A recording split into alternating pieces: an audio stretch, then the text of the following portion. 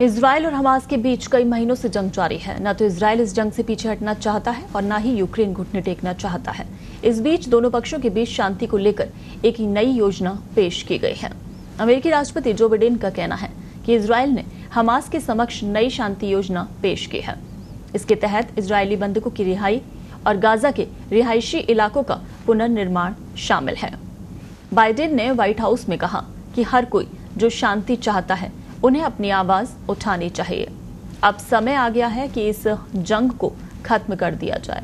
उन्होंने दोनों पक्षों के नेताओं से आह्वान किया है कि इस मौके को मत गंवाएं। बाइडेन के मुताबिक इस प्रस्तावित शांति योजना के पहले चरण में 6 हफ्तों का सीज फायर शामिल है, जिस दौरान इजरायल और हमास 7 अक्टूबर के हमले के बाद से शुरू हुई जंग को खत्म करने पर चर्चा करेंगे। आपको बता दें कि इससे पहले हमास ने कहा था अगर इजरायली सेना गाजा में जंग रोक देती है तो बंधकों की अदला बदली से जुड़ी डील को अमली जामा पहनाने के लिए तैयार है। हमास ने जारी बयान में कहा था कि अगर इजराइल गाजा में लोगों के खिलाफ युद्ध और आक्रामकता बंद कर देता है तो इस दिशा में कंप्लीट एग्रीमेंट करने को तैयार है। हमास का ये बयान ऐसे वक्त पर आया जब संयुक्त राष्ट्र से लेकर अंतर्राष्ट्रीय कोर्ट के आदेश के बावजूद इजरायली सेना गाजा के दक्षिणी शहर रफा में लगातार हमले कर रही है। हमास ने कहा था कि हमारे लोगों के खिलाफ जारी आक्रामकता, घेराबंदी, भुखमरी और नरसंहार के बीच सीज फायर की बातचीत नहीं हो सकती।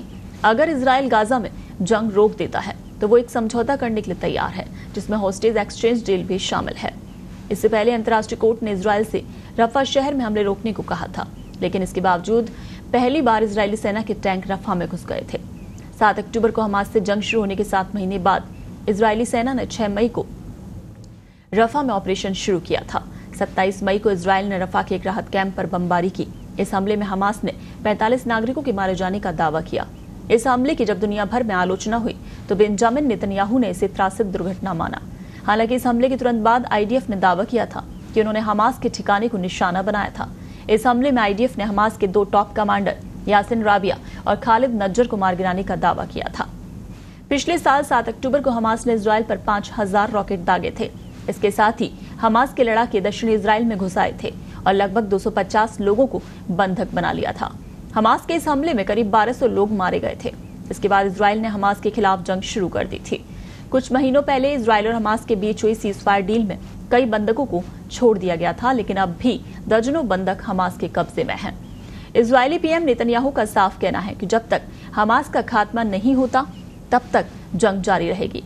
इजराइल और हमास में जारी जंग में लगभग 8 महीनों में 37,000 से ज्यादा लोगों की मौत हो चुकी है, जबकि लाखों लोग शरणार्थियों की तरह जीवन जीने को मजबूर हैं और राहत कैंपों में रह रहे हैं।